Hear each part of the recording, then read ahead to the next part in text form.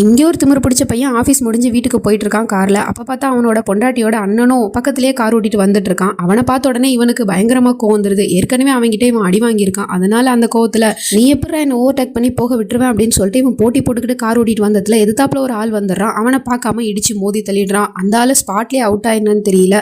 அதை கூட கண்டுக்காம அவங்க இருந்து பயந்துக்கிட்டே கார் ஓட்டிட்டு போயிடுறான். பின்னாடியே வந்த அண்ணனும் இதை பார்த்துடுறான். மறுநாள் ஆனதும் இவன் வீட்டில் காமா உட்காந்துருக்கும் போது அப்பா அம்மா கரெக்டாக ஃபோன் பண்ணி இந்த மாதிரி நீ ஒரு ஆக்சிடென்ட் பண்ணிட்டு அந்த ஆள் ஸ்பாட்லேயே அவுட் ஆயிட்டாரு. ஆனா நீ எதுவுமே நடக்காத மாதிரி வீட்டில் கூலா உட்காந்துருக்கியா, நீ தான் ஆக்சிடென்ட் பண்ணங்கிறதுக்கு என்கிட்ட எல்லா ப்ரூஃபும் இருக்கு, கூடிய சீக்கிரத்தில் நீ ஜெயிலுக்கு போக போற பாரு அப்படிங்கிற மாதிரி மாட்டிட்டு வச்சிடறான். மறுநாள் அவனோட பொண்டாட்டி ரோட்ல நடந்து வந்துட்டு இருக்கா. அப்ப பார்த்தா அவளோட செப்பல் பிஞ்சு போச்சு அப்படின்னு சொல்லிட்டு ஒரு ஓரமா உட்காந்து அதை சரி பண்ணிட்டு இருக்கா. அப்ப பார்த்தா அங்க புருஷங்கார வந்து அவன் மேல காசு தூக்கி போட்டு பிச்சை எடுத்துட்டு இருக்கியா, நீ இதுக்கு தான் லாய்க்கி, இதுக்காக தான் நீ என்னை விட்டு வந்த அப்படின்னு சொல்லிட்டு அங்க இருக்கிற எல்லா மக்களையும் கூப்பிட்டு ஹலோ வாங்க, இப்போ ஒரு பையனை வச்சுட்டு கஷ்டப்பட்டு இருக்கா, உங்களால முடிஞ்ச உதவி செய்யுங்க அப்படின்னு சொன்னதும் எல்லாரும் வந்து அவளுக்கு பிச்சை போட்டுட்டு போயிட்டு இருக்காங்க. இதுக்கு தான் நீ சரியான ஆளு, போரிக்கோ அப்படிங்கிற மாதிரி சொல்லிட்டு அவன் திமிரா பேசிட்டு அங்க இருந்து போயிடுறான். அடுத்த நிமிஷமே அந்த பொண்ணோட அண்ணன் கால் பண்றான். என்ன விஷயம், ஏமா ஒரு மாதிரியா பேசுற அப்படின்னு கேட்டதும் அவளும் நடந்த விஷயத்தை எல்லாத்தையும் சொல்றான். அவனுக்கு இருக்கு அப்படின்னு சொல்லிட்டு நேரா அவனோட வீட்டுக்கே கிளம்பி போயிட்டு மாசா போய் உட்காரான். உனக்கு இங்க என்னடா வேலை அப்படின்னு கேட்டா அப்பா அம்மாவையும் கூட்டு வந்திருப்பான் போல. அவங்க எல்லாரையும் உட்கார வச்சுட்டு என்னோட அம்மாவோட காலை கழுவு, இல்லைன்னா வச்சுக்க உன்னை நான் போலீஸ்ல பிடிச்சி கொடுத்துருவேன், ஆக்சிடென்ட் பண்ணல அதுக்கான ஆதாரம் என்கிட்ட இருக்கு அப்படின்னு சொல்லிட்டு மிரட்டவும் அவனும் வேற வழியே இல்லாம மாமியாரோட காலை கழுவிக்கிட்டு இருக்கான்.